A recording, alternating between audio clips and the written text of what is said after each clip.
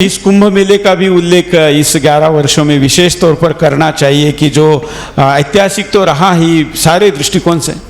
आप ठीक कह रहे हैं। देखिए, कुंभ का मेला जिसमें आधा भारत तो वहां पहुंच ही गया था और आधा भारत मन से था और आधे में से आधा भारत उन कारणों से नहीं पहुंच सका कि वहां यातायात के साधन सीमित हो गए, सड़कों पर निर्मुंड दिखाई देने लगे, चाहे दिशाओं में यातायात ठहर गया और अंबर से एक पायलट कहता है कि धरती पर इतना बड़ा जनसमूह विश्व में पहली बार देखा गया।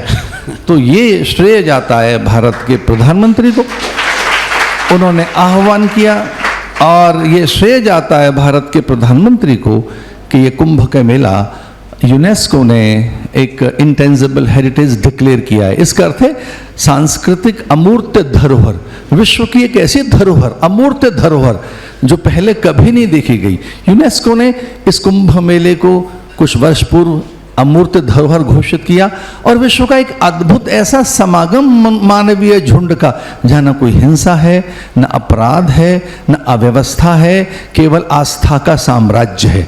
इन संवेदनाओं को जगाने का भी श्रेय जाता है आदरणीय नरेंद्र भाई मोदी जी को, जो देश के प्रधानमंत्री हैं और 11वें वर्ष में पूरी धरती पर आज उनकी प्रशंसा है। केवल भारत में नहीं, अनेक अर्थशास्त्री, विचारक, मनीषी और वे जो उनके आलोचक थे अब मौन हो गए और वो मौन होकर उनकी नीतियों का समर्थन कर रहे हैं।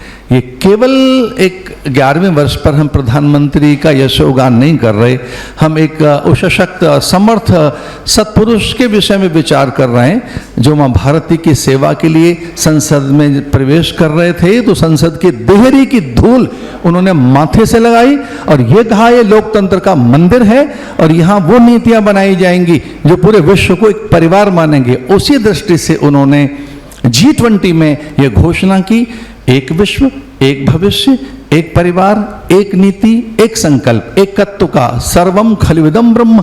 वे उपनिषद के वे उन्नायक सत्पुरुष हैं जिन्होंने कहा ये पूरी धरती एक है। उस एकत्व का, एकात्मता का मंत्र जिसने सिद्ध करने के लिए सांसद बनकर, प्रधानमंत्री बनकर, उसकी देहरी की धूल माथे से लगाकर मंदिर में यह संकल्प किया कि मैं विश्व को दिशा दूंगा, भारत को अजेय, समर्थ, सशक्त और उन्नत भारत बनाऊंगा। ऐसे आदरणीय प्रधानमंत्री मोदी जी के 11वें वर्ष के शासनकाल में मैं सुदर्शन चैनल के इस सारस्वत प्रांगण में आकर हर्षित हूँ। यहाँ श्रोताओं को देखकर आपके उस अदम्य साहस की भी वंदना करूंगा जो बात कहीं नहीं कही जा सकती, वो इस माध्यम से, आपके माध्यम से कही जाती है। इस बात के लिए भी आपको धन्यवाद।